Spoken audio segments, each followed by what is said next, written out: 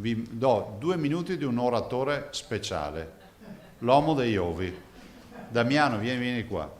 Accogliamolo con un applauso, Damiano. Ecco il volto del piccolo donatore di uova giunte qualche settimana fa con tanto di incubatrice nella sede della Protezione Civile a Marghera. Un pulcino delle mie uova e ne ho donate 24 sperando che qualcuna si schiuda. Ho donato una padovana, 6 uova di olandese nana e tutto il resto sono ovaiole. Damiano di Villa del Conte nell'Alta Padovana ha 12 anni e ha scoperto questa passione 3 anni fa quando ha comprato una gallina. Damiano, come fai a riconoscerli? Hai studiato? Ti sei preso dei libri? No, seguendo YouTube e consigli di esperti, sì, le riesco a riconoscere facilmente, ecco.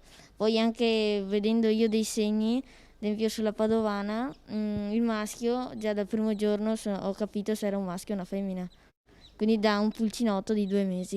Una passione che richiede molto impegno, come racconta la mamma. Al di là dell'aspetto economico è anche faticosa, nel senso se piove, se fa freddo, se bisogna, fa tutto lui, sì, perché io e mio marito facciamo dell'altro, sì. Mio marito parte la mattina a mia casa la sera, io lavoro e poi c'è da pulire, quindi è una fatica anche fisica, insomma non da poco. Ti sei emozionato ad essere stato invitato qui dal presidente? Di solito lo vedi, non so, in televisione, su YouTube.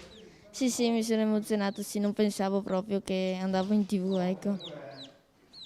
E dopo l'emozione, i complimenti per come sono stati accuditi i pulcini, che ancora è da decidere dove andranno. Sono stati bravi, sì, hanno fatto tutto quello che gli ho detto e messo la temperatura a 37,4 e riempito la seconda vaschetta, sì, hanno fatto un buon lavoro.